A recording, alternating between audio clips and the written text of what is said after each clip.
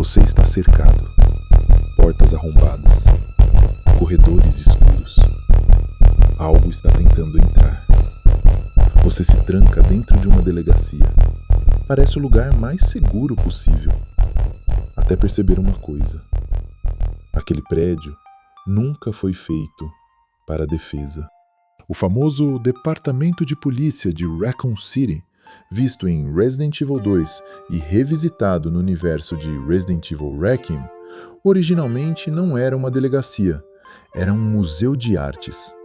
Escadarias monumentais, salões abertos, corredores largos para circulação de visitantes, arquitetura pensada para contemplação, não para sobrevivência. E quando você observa o prédio com atenção, percebe algo curioso.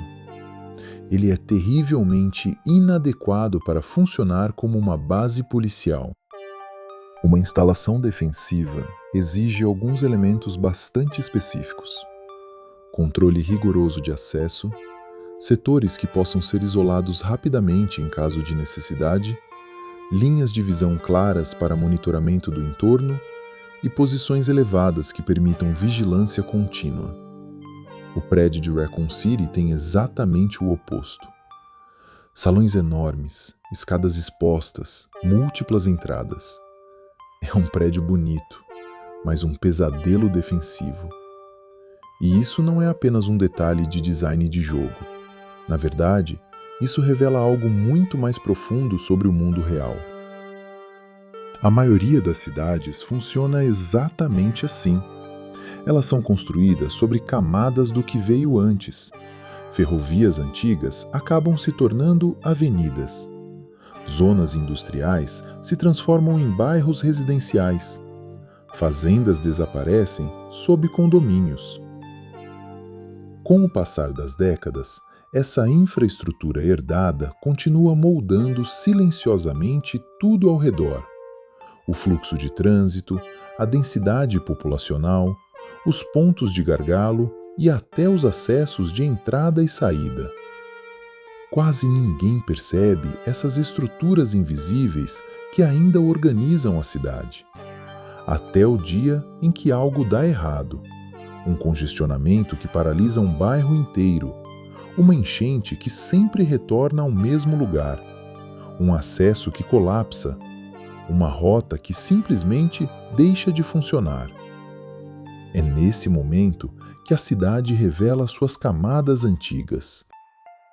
Quando as pessoas pensam em sobrevivência, geralmente imaginam coisas como estoques de comida, geradores, kits de emergência e todo tipo de equipamento. Mas existe um fator fundamental que quase sempre passa despercebido: o terreno. A infraestrutura real onde você vive. Porque, em um cenário de colapso, o lugar onde você mora pode ser um ponto defensivo natural ou uma armadilha urbana. Há lugares em que prédios comerciais são verdadeiros bunkers, enquanto delegacias são retalhos de madeira. E a maioria das pessoas não faz ideia de qual dos dois é o seu caso. Agora olhe para o seu bairro. Tente imaginar como ele era 50 anos atrás.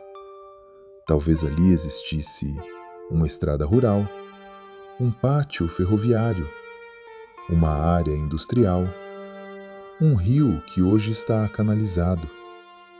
Essas estruturas antigas raramente desaparecem. Elas continuam ali, sob o asfalto, sob as casas, sob a organização do bairro.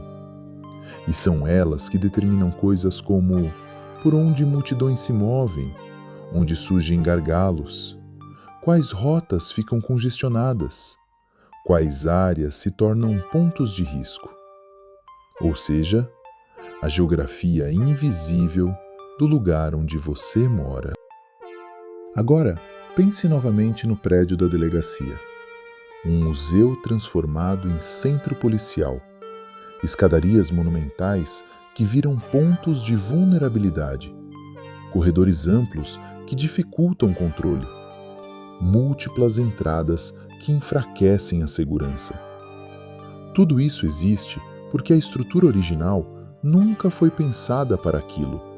Ela foi apenas adaptada, improvisada. E pelo menos nos primeiros dias de um colapso, improvisação não é aceitável.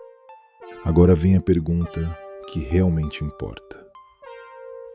Se algo sério acontecesse amanhã, apagões, colapso logístico, instabilidade social, você realmente sabe como a infraestrutura do seu bairro funciona? Você sabe, por exemplo, quais são os prédios estruturalmente mais resistentes? Observe as colunas, as vigas, o tipo de construção. Quais rotas tendem a ficar bloqueadas primeiro? Basta analisar os horários de pico e quantas conexões uma rua tem com suas paralelas. Quais eram as funções originais daqueles prédios antigos espalhados pelo bairro? Ou você está vivendo dentro de um sistema que nunca parou para analisar? No universo de Resident Evil, transformar um museu em delegacia criou um cenário icônico, mas profundamente vulnerável. No mundo real, algo parecido acontece o tempo todo. Cidades são adaptadas, infraestruturas são reaproveitadas e bairros inteiros são construídos sobre estruturas antigas que continuam moldando tudo. A maioria das pessoas nunca percebe isso, mas quem estuda sobrevivência entende uma coisa muito simples. Antes de qualquer equipamento, antes de qualquer estoque, existe uma pergunta muito mais importante. Você realmente conhece o terreno onde vive? Esse vídeo faz parte de uma série aqui no canal. Se você curtiu, não esquece de deixar o like, se inscrever e nos vemos no próximo vídeo. Até a próxima!